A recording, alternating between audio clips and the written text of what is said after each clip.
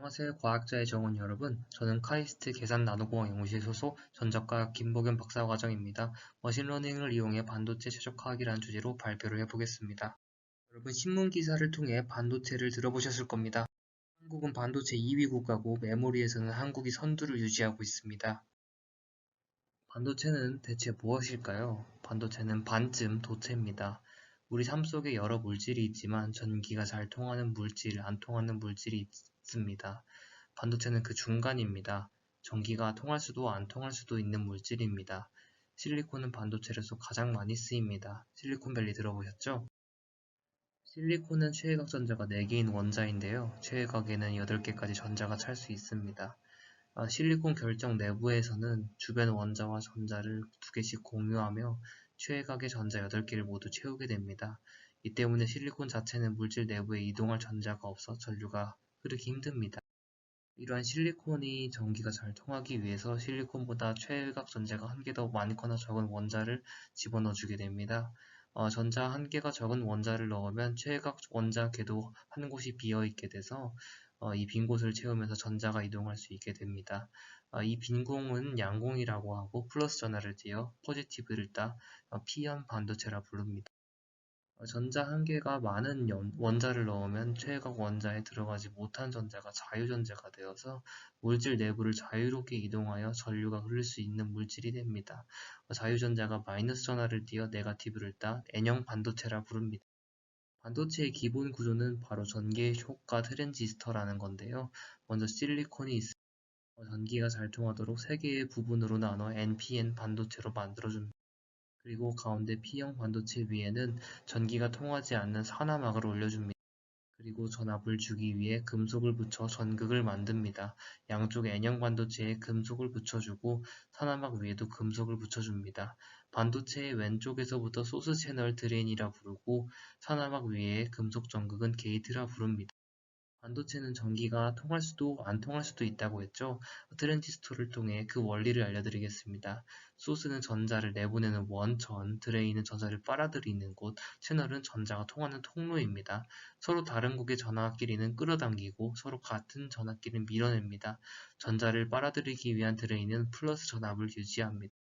게이트는 전기가 통할지 말지 조절합니다. 게이트에 플러스 전압을 가하면 산화막 주변으로 전자가 모이게 되고 드레인의 플러스 극에 이끌려 드레인 쪽으로 전자들이 넘어가게 됩니다. 따라서 게이트에 플러스 전압을 줌으로써 전류가 흐르게 되는 겁니다. 게이트에 마이너스 전압을 가하면 반발력 때문에 산화막 주변으로 전자가 모이지 않고 전자가 소스에서 드레인으로 넘어가지 못하게 됩니다. 따라서 게이트에 마이너스 전압을 줌으로써 전류가 흐르지 않게 되는 겁니다. 게이트 전압을 조절하여 전류를 조절하므로 전개효과 트랜지스터라 부릅니다. 전기가 통하면 1, 전기가 통하지 않으면 0으로 처리하게 되면 컴퓨터 언어인 이진법 연산이 가능한 회로를 만들 수 있습니다. 트랜지스터 수십억 개를 조합하면 CPU 등 반도체 칩을 만들 수 있게 됩니다. 반도체 크기는 기술이 발전할수록 작아져 왔습니다. 크기가 작아질수록 전자의 이동 거리가 감소하고 회로 동작 속도가 빨라졌기 때문입니다. 또한 한 칩 내부에 들어간 트랜지스터 양 또한 증가해 연산 처리 용량이 상승합니다. 무어의 법칙 나노미터 노드 들어보셨나요? 그러나 이런 반도체 소형화에도 한계가 봉착했습니다.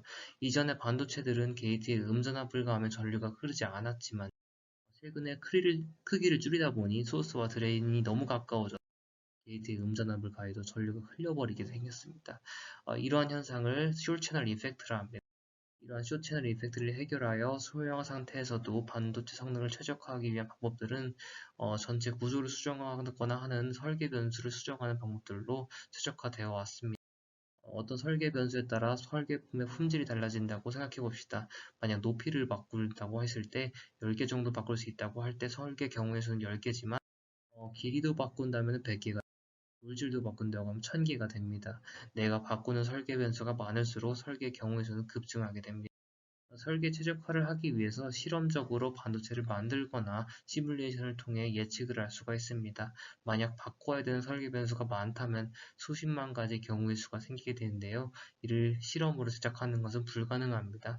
따라서 물리방정식 기반 시뮬레이션을 통해 특정한 설계에서 반도체가 어떤 성능을 낼지 실제 만들지 않고 예측하는 쪽이 설계를 최적화하는 데 유용합니다. 시뮬레이션을 이용하여 최적화를 할 경우 사람이 일일이 변수를 바꿔가며 최적화하는 게 가장 간단한 방법인데요. 예를 들어 반도체 설계 변수 x라는 변수가 있을 때 다음과 같은 시뮬레이션 결과를 얻으면 결과만 놓고 보면 x가 0.44에서 최적의 설계로 보입니다. 이러한 방법은 최고의 설계를 찾기 어렵습니다. 내가 탐색한 구간 내의 최적점이 진짜 최적점이 아닐 수 있기 때문입니다.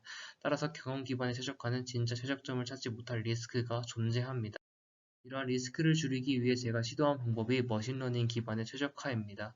머신러닝이란 주어진 데이터 간의 상관관계를 학습하여 예측하는 기법입니다. 설계 변수에 따른 성능 데이터가 주어집니다. 이 데이터를 기반으로 학습을 통해 설계 변수에 따른 성능값을 모델링합니다. 확률적 기법을 통해 현재 최대값 대비 개선 기대값이 가장 높은 지점을 다음 탄점으로 잡고 그 지점의 데이터를 구한 후 또다시 학습을 진행합니다. 이러한 학습 예측 탐색을 반복하다 보면 경험적 최적화에서 찾지 못했던 진짜 최적점을 찾을 수 있게 됩니다.